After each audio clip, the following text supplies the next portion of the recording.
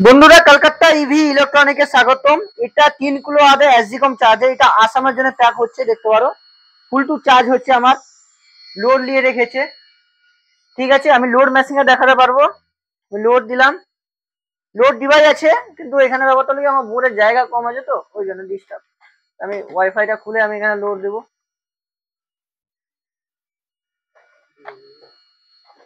দাঁড়াও, এই যে এটা আছে লাইন, এই দেখতে পারো 47 ভোল্ট মানে 48 ভোল্টের চার্জ হচ্ছে।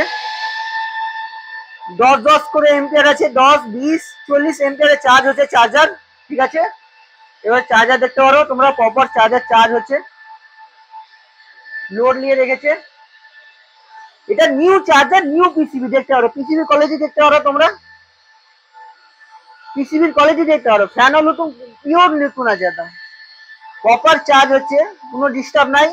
কাউকে যদি এরকম চার্জার নিতে হয় তো আমার সাথে সরাসরি যোগাযোগ করতে পারে কলকাতা ইভি ইলেকট্রনিকে। এটা আসামের জন্য এখন বাড়াবে, ডিসপ্যাচ হবে, ঠিক আছে। এই দাদাই নিয়ে যাবে চার্জারটা।